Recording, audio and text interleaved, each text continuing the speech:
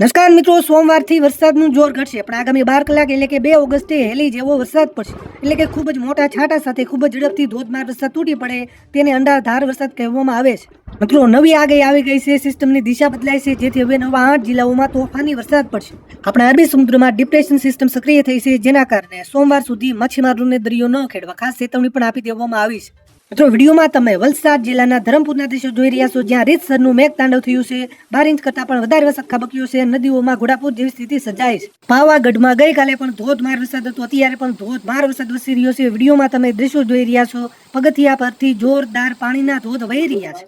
આપ સૌ જાણો છો, આપણે IMD નું મોડલ હોય, વેધર મોડલ હોય, GFS મોડલ હોય, સેટેલાઇટ તસવીરનું વિશ્લેષણ કરી એક તાલુકા પ્રમાણે સંપૂર્ણ સચોટ માહિતી આપીએ છીએ. મિત્રો, હવે નવી આગાહી પ્રમાણે અને અત્યારના તાજા લેટેસ્ટ વેધર મોડ્યુલોના અનુમાન પ્રમાણે, જેમાં GFS મોડલની પણ વાત કરીશું, એક તાલુકા પ્રમાણે 2 ઓગસ્ટે કયા વિસ્તારોમાં અત્યંત ભારે વરસાદ પડશે, સંપૂર્ણ સચોટ માહિતી મેળવીશું. વિડીયો શરૂ કરતા પહેલા ખાસ વિડીયોને લાઈક કરી દેજો. આપણે આ ચેનલને ખાસ સબસ્ક્રાઇબ કરવાનું ભૂલતા નહીં. શરૂઆત આપણે ઉત્તર ગુજરાતના વિસ્તારોથી કરીએ.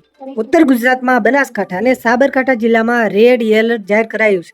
ગઈકાલે ઓરેન્જ એલર્ટ હતું, પણ હવે આગામી 12 થી 24 કલાક દરમિયાન રેડ એલર્ટ જાહેર કરાયું છે. એટલે કે બનાસકાંઠા જિલ્લાના પાલનપુર, ડીસા, દિયોદર, ધાનેરા, થરાદ, વાવ, સુઈગામ, દાંતા, દાંતીવાડા, વડગામ, કાંકરેજ, લાખણી, ભાભર અને અમીરગઢના કેટલાક વિસ્તારોમાં ભારેથી અતિ ભારે સુધીનો વરસાદ વરસી શકે.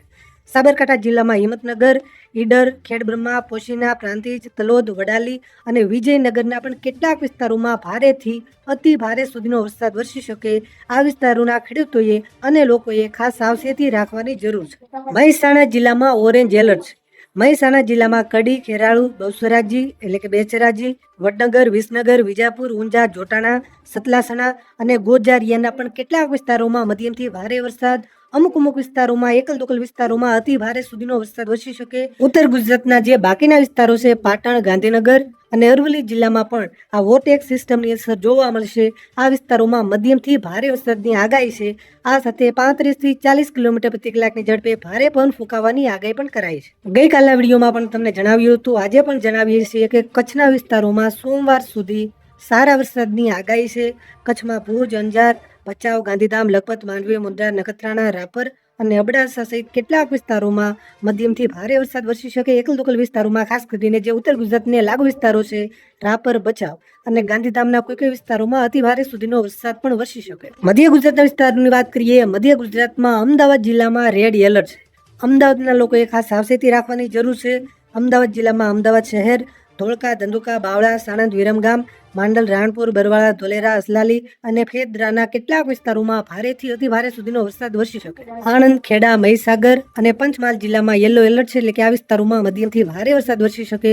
હવે સૌરાષ્ટ્ર વિસ્તારોની વાત કરીએ તો સૌરાષ્ટ્રમાં ખાસ કરીને જે ઉત્તર ગુજરાતને લાગુ વિસ્તારો છે, એમાં મોરબી જિલ્લો હોય અને સુરેન્દ્રનગર જિલ્લો, આ વિસ્તારોમાં વરસાદની ઇન્ટેન્સિટી વધારે જોવા મળી શકે. એટલે કે વરસાદની તીવ્રતા વધારે જોવા મળી શકે. ભારેથી અતિ ભારે સુધીનો વરસાદ વરસી શકે.